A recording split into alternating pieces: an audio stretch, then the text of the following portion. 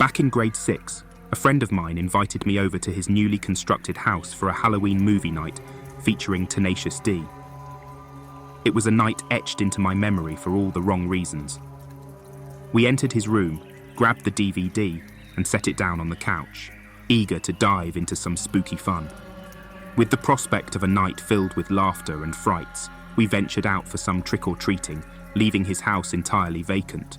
No parents, no little brother, just us two. Hours passed, and as we returned home, our anticipation deflated when we realized that Tenacious D was nowhere to be found. We scoured the house, searching high and low, but it seemed as though the DVD had simply vanished into thin air. We even ventured into his empty room, but it wasn't there either. As our spirits waned and disappointment set in, the phone rang, his dad checking in on us. We engaged in casual conversation before my friend finally mustered the courage to inquire about our missing movie. And then, as if on cue, the power went out, plunging us into darkness. We gazed out the window, and from the dimly lit houses surrounding us, it was clear that everyone else still had electricity. Odd, to say the least. My friend's dad, ever the helpful parent, instructed us on how to reset the circuit breaker, hoping to restore the power. We ventured into the room housing the panel, and that's when things took a chilling turn. There was an eerie, twisted glow in that room. We brushed it off as some odd backup light. But then my friend turned to me, his face drained of colour, and I noticed the terror in his eyes. He swears to this day that something he couldn't see or comprehend, had clasped its hand on his shoulder, leaving him momentarily speechless and paralysed with fear. I remained oblivious to whatever he experienced, but we followed his dad's instructions, successfully restoring the power. Shaken and bewildered, we retreated to his room, where he finally revealed what had occurred. His voice quivered as he recounted the invisible grip on his shoulder. We were both trembling with unease and couldn't rationalise the events that had unfolded. As the clock neared 10, his dad called, instructing him to head back home. His parents wouldn't be back until 11. Reluctantly, he asked me to accompany him and spend the night. I agreed, my concern for my friend outweighing my apprehensions. When we returned to his house, there, sitting innocently on his bed in plain view, was Tenacious D.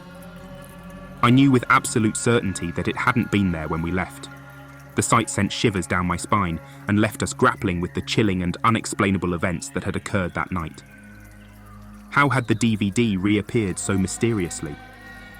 To this day, I can't fathom what truly transpired, but that inexplicable night in my friend's house forever left me with an unsettling feeling, a reminder that sometimes the boundary between the known and the unknown can blur, revealing eerie and enigmatic occurrences that defy explanation.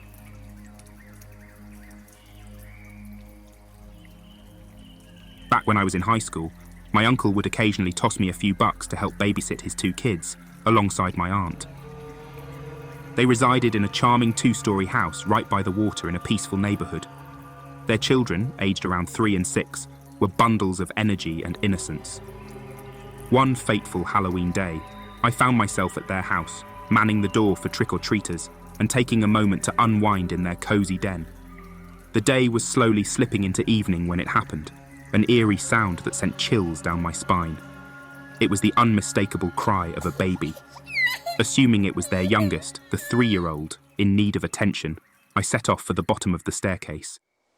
I called out for my aunt several times but received no response. The baby's cries persisted, growing louder and more heart-wrenching with every passing second.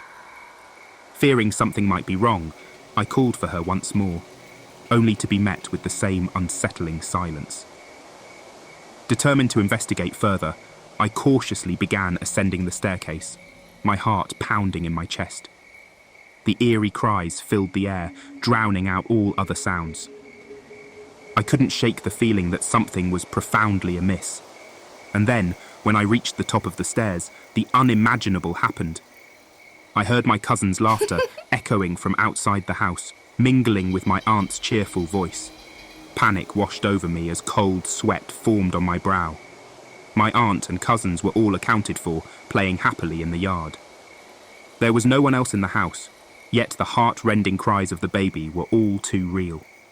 With trembling hands and dread coursing through my veins, I reached for the doorknob of the room from which the cries emanated. Against my better judgment, I decided to swing it open. As the door creaked open slowly, the room revealed itself to be empty, and the cries ceased as abruptly as they had begun. A wave of terror washed over me, and my instincts screamed at me to leave. A wave of terror washed over me, and my instincts screamed at me to leave. Quietly, I turned away from the empty room, descended the stairs, and made a hasty retreat. The air outside was crisp and refreshing, a stark contrast to the oppressive atmosphere within. As I closed the front door behind me and rushed to my car, the haunting cries of the baby resumed, sending shivers down my spine. Years passed, and the memories of that spine-chilling evening haunted me. It wasn't until I found myself at a family gathering, a little inebriated, that I decided to share the unsettling experience with my uncle. His expression darkened as he listened intently. He confided in me, his voice hushed and serious, that he and his wife had also heard the phantom cries of the baby in the house. The more disturbing revelation was that, according to their neighbours, the previous owners had tragically lost a child to sudden infant death syndrome, SIDS, in the very room that had been plagued by the cries. My uncle, a devout Catholic, had arranged for a mass to be held in honour of the departed child. It was after this solemn ceremony that the inexplicable occurrences ceased entirely, leaving them in peace. Yet, even with an explanation and resolution, the memory of that harrowing night continued to send shivers down my spine, a stark reminder that sometimes the past can cast a chilling shadow over the present.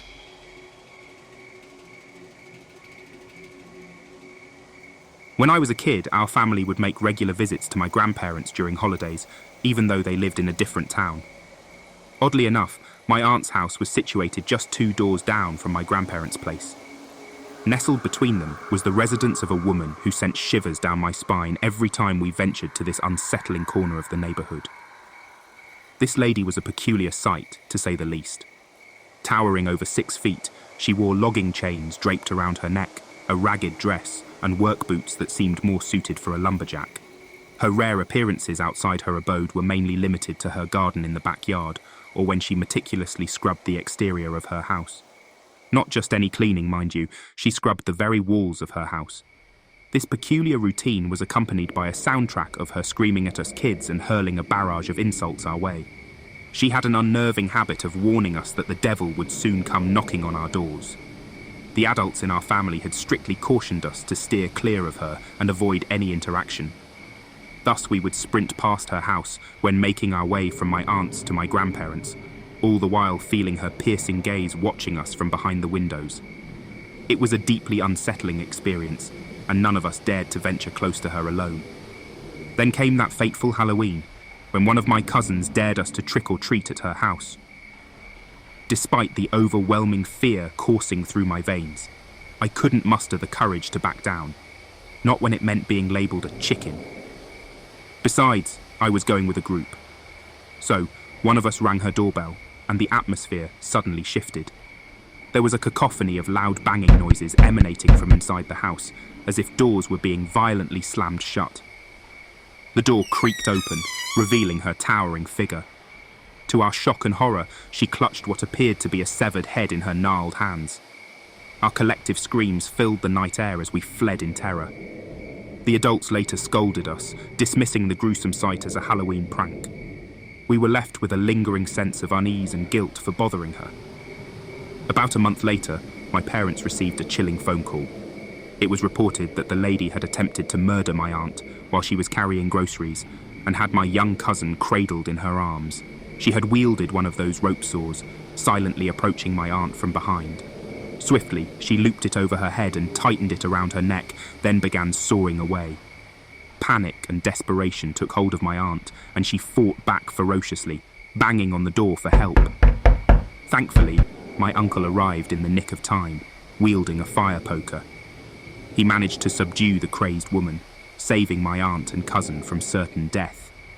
The subsequent police investigation unearthed a gruesome and terrifying reality that lurked beneath the surface of her seemingly normal house. She had been secretly digging a labyrinth of tunnels beneath her home, and these tunnels extended beneath the houses of my aunt, my grandparents, and another neighbour.